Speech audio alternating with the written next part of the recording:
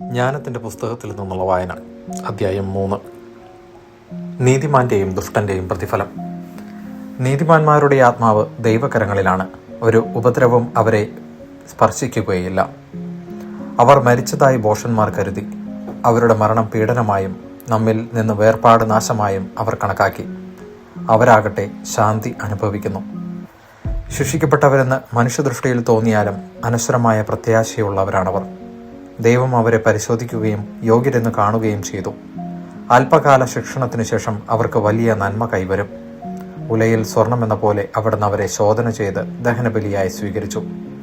അവിടുത്തെ സന്ദർശനത്തിൽ അവർ പ്രശോഭിക്കും. വൈക്കോലിൽ തീപ്പൊരി എന്ന പോലെ അവർ കത്തിപ്പടരും.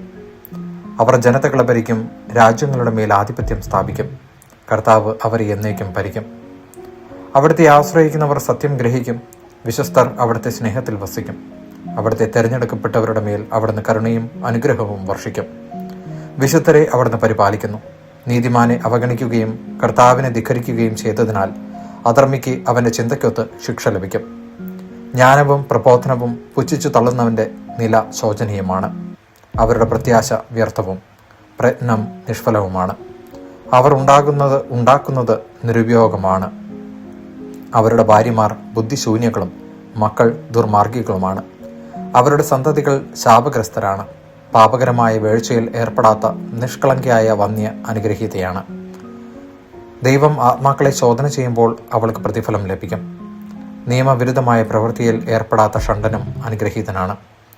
നിയമവിരുദ്ധമായ പ്രവൃത്തിയിൽ ഏർപ്പെടുകയോ കർത്താവിനെതിരെ അകൃത്യങ്ങൾ ആലോചിക്കുകയോ ചെയ്യാത്ത ഷണ്ഡനും അനുഗ്രഹീതനാണ്. അവൻ്റെ വിശ്വസ്തതയ്ക്ക് പ്രതിഫലം ലഭിക്കും. കർത്താവിൻ്റെ ആലയത്തിൽ അവന് ആനന്ദകരമായ സ്ഥാനം ലഭിക്കും. സത്പ്രവൃത്തി മഹത്തായ ഫലമുളവാക്കുന്നു.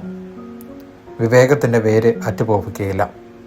വ്യഭിചാരികളുടെ സന്തതി പക്വത പ്രാപിക്കുകയില്ല. നിയമവിരുദ്ധമായ വീഴ്ചയുടെ ഫലം നശിക്കും. ദീർഘകാലം ജീവിച്ചാലും അവരെ ആരും പരിഗണിക്കുകയില്ല. അവരുടെ വാർദ്ധക്യവും അവമാനം നിറഞ്ഞുതിരിക്കും. യൗവനത്തിൽ മരിച്ചാലും അവർക്ക് ആശയ്ക്ക് വഴിയില്ല. വിധി ദിവസത്തിൽ അവർക്ക് ആശ്വാസം ലഭിക്കുകയില്ല. അധർമ്മികളുടെ തലമുറയ്ക്ക് ഭീകരമായ നാശം സംഭവിക്കും. ദൈവവചനമാണ് നാം കേട്ടത്.